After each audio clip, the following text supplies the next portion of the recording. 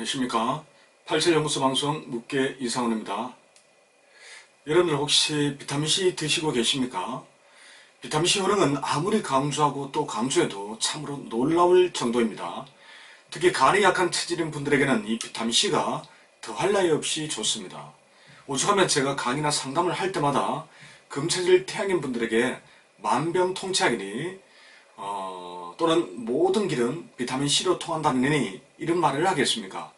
비타민C 효능이 수없이 많지만 오늘은 그 중에서도 헬리코박터균 때문에 발생하는 위염을 치료하는 원리에 대해서 알아보도록 하겠습니다.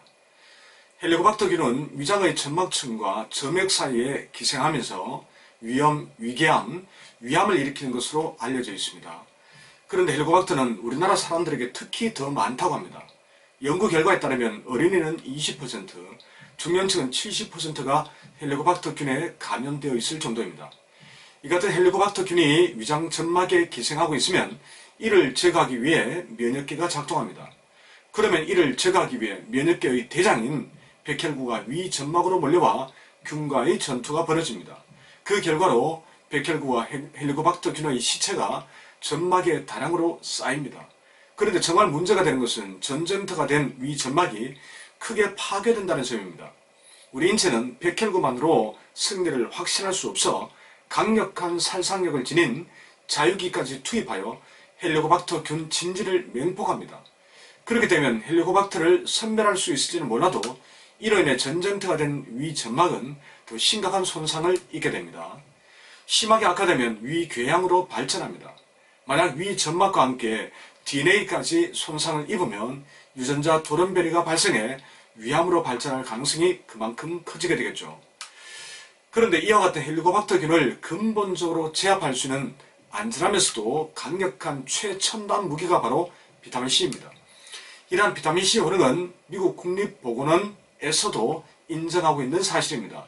즉 비타민C는 위 점막을 산화시켜 손상을 주는 염증을 효과적으로 줄여 헬리코박터균에 의한 위염과 위암을 예방할 수 있는 중요한 식물 영양소이다 라고 밝힌 바가 있습니다.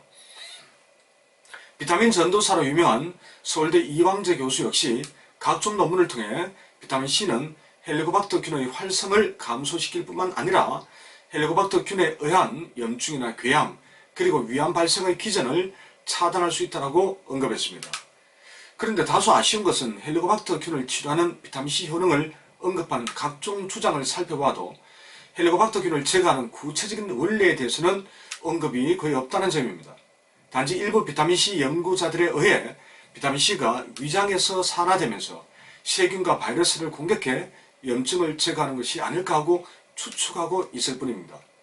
또 다른 의문은 어떤 원리로 비타민C가 백혈구 및 자유기와 달리 위 점막에 거의 상처를 내지 않고 헬리코박터균만 안전하게 제거할 수 있는가 하는 지적입니다. 이러한 비타민C의 헬리코박터 치료 원리를 이해하기 위해서는 먼저 비타민C가 콜라겐을 합성하는 주 재료라는 점을 생각해 볼 필요가 있습니다. 비타민C 섭취로 콜라겐 생성이 촉진되면 콜라겐이 주 재료인 세포벽이 단단해집니다. 그렇게 되면 바이러스와 세균을 가두어 확산을 차단하는 효과를 얻을 수 있습니다. 두 번째, 비타민C를 섭취하면 면역계와 헬리코박터균의 싸움으로 파괴된 세포 조직을 빠르게 재생시키는 효능을 기대할 수 있습니다. 왜냐하면 비타민C는 세포 재생을 촉진하는 효과가 탁월하기 때문입니다. 세 번째, 앞에서 언급한 것만으로 비타민C에 의한 헬리코박터균의 완전한 소멸을 설명하기에는 다소 부족함이 있습니다. 섭취한 비타민C가 위장으로 흘러들어가면 전투의 결과로 생긴 상처를 곧바로 치료하고 세포까지 즉시 재생할 것이라고 추정한다면 그건 너무 단순한 생각이 아닐 수 없습니다. 이보다는 인체의 조화와 균형 속에서 자연스럽게 헬리코박터균을 제거하고 동시에 위험까지 간접적으로 치료하게 될 것으로 보는 것이 더 합리적인 추론일 수 있습니다. 즉 비타민C가 헬리코박터균을 치료하는 원리는 위장에서의 직접 치료가 아니라는 것입니다. 이보다는 소장과 대장의 역할에서 찾아야 합니다. 요컨대 소장에서 흡수되어 혈액으로 들어간 비타민C가 혈관을 타고 위 점막으로 돌아와 산화되면서 헬리코박터균을 공격하는 것으로 보아야 합니다. 또한 비타민C가 면역계의 대장인 백혈구를 강력하게 무장시켜 전투력을 크게 신장시키는 건 역시 주목할 필요가 있습니다. 자, 네 번째, 이보다 더 중요한 것은 비타민C가 위장을 거쳐 대장으로 유입되면서 대장 내의 유해균을 제거하고 유익균을 활성화하는 점입니다. 대장에 유해균이 넘쳐나면 장은 산성화 상태가 됩니다. 그런데 유해균이 줄고 유익균이 증가하면 장은 중성 또는 약알칼리성의 건강한 상태로 변합니다. 그렇게 되면 약산성 상태를 좋아하는 헬리코박터균은 견디지 못하고 자연적으로 소멸될 수밖에 없습니다. 바로 이런 역할을 하는 것이 바로 비타민C입니다. 자, 다섯 번째, 대장은 면역계의 총집합소라는 점에 주목해야 합니다. 대장 내에서 발생하는 온갖 작균들로부터 몸을 방어해내기 위해 면역계의 70%가 대장에 몰려있기 때문입니다. 그런데 비타민C는 유익균을 활성화하고 유해균과 부패균을 억제합니다. 그 결과 면역력이 급격히 강화되어 바이러스와 세균에 대항하는 힘이 강해집니다. 앞에서 언급한 이야기에 대한 반론이 있을 수 있습니다. 비타민C의 강한 산성 성질이 헬리코박터균을 직접 물리칠 수도 있지 않느냐는 지적이 바로 그것입니다.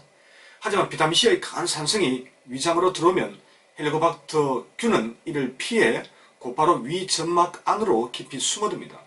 그래서 비타민C의 강한 산성 성질만으로는 헬리코박터를 온전하게 제거하기 어렵습니다. 이처럼 위장에 유입된 비타민C가 헬리코박터균을 직접 제거하는 것은 거의 가능하지 않습니다.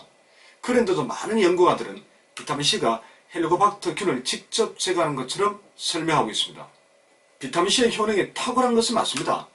하지만 부정확한 정보가 잘못 전달되면 자칫 비타민C에 대한 불신을 초래할 위험이 있습니다. 일반인들에게 논리적인 설명을 통해 정확한 정보가 주어질 때에 믿음을 갖고 비타민C 효능을 함께 누릴 수 있지 않을까 합니다. 자, 지금까지 비타민C 효능 중에서 헬리코박터균을 치료하는 원리를 중심으로 알아보았습니다.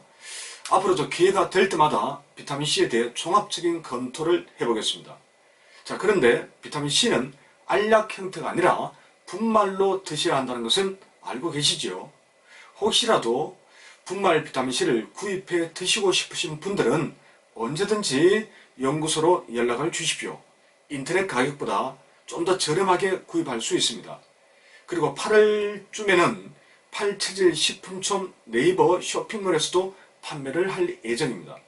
자, 이상으로 871 연구소 방송을 마치겠습니다. 다음 시간에 다시 뵙겠습니다. 끝까지 시청해 주셔서 감사합니다.